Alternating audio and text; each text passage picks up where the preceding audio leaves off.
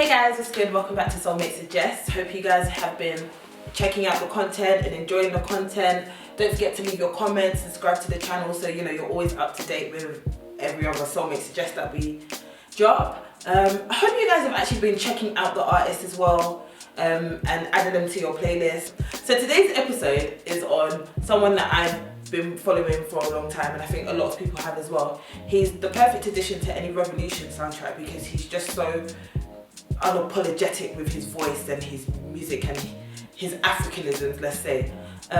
He speaks on socio-political issues, talks on race, he talks on religion, he talks on love, he talks on everything, and I think that's just so important to what the times that we're in right now. If you haven't guessed by now, I am talking about the one and only Kojey Radical. So Kojey Radical is a British rapper, spoken word artist, a dancer, a model, an illustrator and a video artist. He does the whole shebang, you know. He's currently the creative director at Push Crayons, and he's the arts director at menswear brand Chelsea Bravo. You can tell that art is at the centre of everything that he does. But he uses his spoken word in his music. So his lyrics sound like poetry. It couples up with the visual components, and everything is so closely intertwined, like the fashion that he wears, and I really respect the whole artistry. He's got a unique voice. Like, if you hear his voice, you know that that's Kojey Radical. It's like there's just passion, there's like some kind of fire that comes out from it. So he just sounds like a black man, you know, like that. So it's dope. Get out. So anyway, who is Kojey Radical? Kojey Radical was born. So Kojey Radical, I'm gonna get this wrong, and I'm part Ghanaian. So granddad, forgive me, I repeat, and all my Ghanaian family and friends, you know, if I mispronounce this, don't judge me. Kwedu Adu Genfi Amponsa. I hope I said that right. It's really shameful because, you know, like, I'm part Ghanaian. So the fact that I can't pronounce it, it's just my ancestors are just telling in their grave. So he was born to Ghanaian parents, and he grew up in Shoreditch, Hoxton, and that's, for those of you that don't know, that's in East London. It's a very arty place and it's a very creative place, so I can imagine that growing up in those ends kind of fueled his creativity. He said that it gave him a different outlook on life because he lived there during the times of gentrification. So seeing an influx of like art and culture coming into your ends, like you still have ends on one hand and you have this influx of like culture on the other hand. So, you know, I think he made the most of that, and I think that's what really helped to shape his outlook when it comes to art. So growing up, he didn't exactly, you know that he wanted to be a rapper. He knew that he wanted to be an artist. He knew that he was a creative person, and, you know, was just finding different ways to channel it. At the age of 9, he wrote his first poem, and it was a poem about monsters. Even more notably than that, he used to write his own comic script, his own comic series about a superhero called Kojey Radical, which is where his name comes from. So he went on to study illustration at the London College of Fashion. So it was there he decided to take spoken word seriously. There was actually a visit from the poet Sully Breaks which inspired him to take music seriously.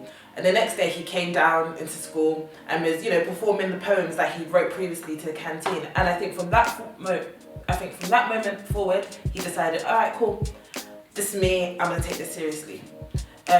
He didn't necessarily drop everything else that he was doing. He was still dabbling in things like filmmaking and illustration and things like that. But he did switch from illustration to music in his final year, and he submitted his first EP, Dear Daisy, as his final work project. It actually got him a first. So Kojey Radical cites people like Jamie T, James Blake, Saul Williams and Troy Bars, if you know about Troy Bar, and Troy Bar's Jazz Nights as his influences when it comes to music. Now, if you know Troy Bar, I've only been there a few times myself, unfortunately, but it's, as soon as you get in there, you catch a vibe, and it's hard not to be like musically inspired.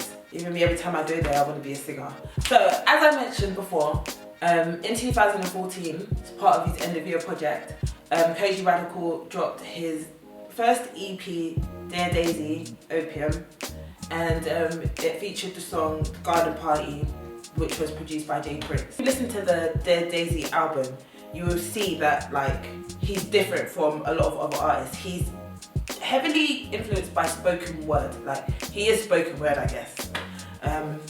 And it's just, there's just so much passion, there's so much rhythm. It's kind of one of these albums that kind of take your consciousness to a different place, and I think it's necessary. He released the visuals to the garden party, and for a lot of us that was the first example of what he can visually create. It tells us, I'm not going to say too much about it, but it tells a story about love. The way the lyrics marry the video, it just works well together. He followed this with the track BAMBU, which was actually subsequently released on his 2016 EP 23 Winters. The song is really where he comes into his own, and this is where we really see him start talking about, you know, socio-political topics, talking about race and religion and stuff like that. And it's also the first time he uses blackface in one of these videos, something that he uses a lot in like his early videos. So following on from this, Kojey Radical released Open Hand, and the video for that was actually premiered at the Tate Modern. If you watch, it's hard not to invoke like emotions when you watch Kojey Radical's videos. You can listen to him. Listening to him is one thing, like he makes you think. Watching the video is like he attaches emotions to his lyrics, and I feel like the two together are needed, especially to uplift the consciousness of black people. It's not to make you think either which way, it's just to get people thinking. His music is, you know, created to make people think. It's to expand your mind and think, okay, that's true, you know, I never thought about it that way. And I think the combination of his videos and his lyrics together works so well. So following Open Hand, he released Kwame Nkrumah, which is, Kwame Nkrumah is Ghana's first president. I think this song is so necessary because in the song he says, people call themselves Tony Montana, but he is Kwame Nkrumah. I think it's a message that's so important. It's like we idolize people that are so damaging to us, but we don't praise the people that we need to be praising. The whole song kind of, it makes people, again, like I said, it's provocative, it's thought-provoking, you know? It makes people stop and think like, oh man, it's true, like what am I really like idolizing when, you know, why are we not embodying the spirits of, you know, our ancestors? The EP was focused around a conversation between him and his father. And his father's just retelling him stories about, you know, Ghana, about heritage, about all these things. That they're just having an open and honest conversation. And it features people like Bobby Lewis, Ray Black. I think for a lot of us first generation, second generation people in this country, think that the whole project is really relatable, because it's like, well, I don't know if you guys can relate, but it's almost like we're on a quest to like search about our history, but also, you know, placed in England, so it's like we're British wherever else you're from, and there's a certain feeling of displacement or not understanding ourselves properly. And I feel like this album, it covers all those topics. They talk about society, love, religion, new age revolution, all these things. Like I think it's important to the conversation right now, because I love the fact that because it's with his dad, it's like him looking to an older generation for kind of guidance. Yeah. So the album was so good, it actually got him nominated for 2 MOBO awards. The project independently got number 3 on the UK rap and R&B charts. Also entered the UK's top 40. In 2017, still doing his thing, Kojey Radical released his next EP called In God's Body, which was a continuation, which, you know, could act as a continuation to his previous body of work, 23 Winters. So this album featured the likes of like Shola Amma, Getz, Tamira Foster, and a few others as well. This was kind of like the growth. It's like a growth from the other one where he was questioning himself, and not questioning himself, but discovering himself and all these things. In God's Body kind of, it almost feels like he's kind of discovered, or almost discovered, what he needs to know in life. And I think it's it's a beautiful way of telling his story. In 2018, Kojey Radical dropped If Only. Some of you may remember that song from the Top Boy soundtrack. A lot of people found out about Kojey Radical from the Top Boy soundtrack because that song was such a banger. He released Soak It Up with MJ Cole. I like that song because it's like garage vibes and it just proves how diverse he can be. He's got such a strong tone, such a strong voice. So it's nice to be able to like see him jump on like so many different things and make it really work. He released Water with Mahalia. You guys know how I feel about Mahalia, so I don't even need to go into that. But the song in itself, listen, the two things that I love about both of them is that they're just so, like, speaking facts, that they're just so, let me just tell you how it is. And I think Water is one of those things. Listen, Kojey Radical's music is created to inspire thought, to provoke thought, yeah?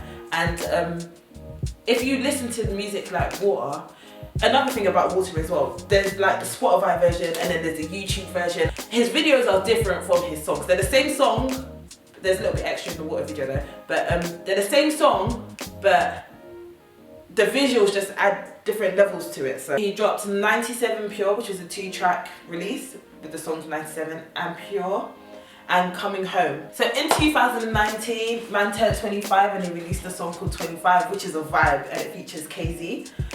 He featured on Get Song, Bad After We. The two of them together, obviously, you know that's, I don't even know, you already know that's fire. He released a song, Can't Go Back. Kojey Radical, this song was like very poetic and meaningful in a lot of different ways. If you know about Kojey Radical, you know that he lost a dear friend and he went through a time of like depression and anxiety and all the things that come along with it. And the song Can't Go Back is kind of like an ode to progression. He also dropped Cashmere Tears, which is a single from his next EP called the Cashmere Tears EP. And again, I can go on for days and days and talk about how dope this song was and this album was and this that was, but honestly, you're gonna have to go and check it out for yourself. So yeah. In 2020, he has not disappointed. So in 2020, he hasn't disappointed. He's continued to bless us with gems. He's dropped Snakes, Proud of You, Nothing But Nice, and Same Boat featuring Mariba. He's worked on campaigns for people like Adidas, Apple, and Dr. Martin. So his longest relationship is with Adidas. And together they created a campaign for mental health and depression. So I definitely recommend that you guys go and check it out and see what he has to say about that. All in all, Kojey Radical is someone that, you know, should be on most of our playlists and one's watch list. If you're looking for good music to make you think, make you relax, make you feel love, make you feel emotions, make you feel all these things, I definitely recommend Kojey Radical. I know I made it seem like he's a proper, like, you know, talking about issues, this kind of stuff. Yeah. He also has a sweet and romantic side to him that just screams like black love. If you watch his videos, if you listen to his music, especially like some of his slow jams and stuff like that, you'll be thinking, this man's voice is saucy. I like it. Cool.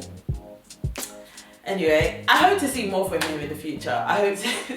Alright, cool. So before we go, I'm going to get into some of my favourite videos, yeah, and my favourite songs. So my favourite video from Kojey Radical, oh, this is a hard one. This is a very hard one because he puts so much effort into all his video content. So they're all of high quality. But I think my favourite one, because of what it symbolises, is probably the video for Footsteps. Like I said, Footsteps is the first song on his EP, In God's Body. And In God's Body is kind of the continuation from 23 Winters. I feel like the video from God's Body is about breaking out of the old you and breaking into something new. The video is very graphic and very it visualizes it so well. Like you see the cracks of the people and then doing all this. He's rapping like this, and it's really good. My favorite song has to be Can't Go Back, because obviously, like I said, it symbolizes progression. It symbolizes, you know, owning your past, owning your trauma, owning whatever, and then just moving forward. and I think that's something that's relatable to us all. And my favourite EP from Kojey Radical, I think it will be 23 Winters, and that's because of the conversations with his dad, and I like that kind of African man teaching you, talking conversation thing. Yeah, so with that being said, guys, hope you enjoyed the video. Hope you go and check out all the stuff that I've recommended. I hope you guys subscribe to my channel. Hope you guys subscribe to our channel. Sorry. Hope you guys subscribe to our channel and follow us on social medias at Soulmate LDN on all platforms. So yeah, don't forget to keep sending me your suggestions as well. I need them. Not that I'm running out of ideas, but it would be nice to know who you guys think I should be checking out. So guys, with that being said, good night or good morning, depending on where you are.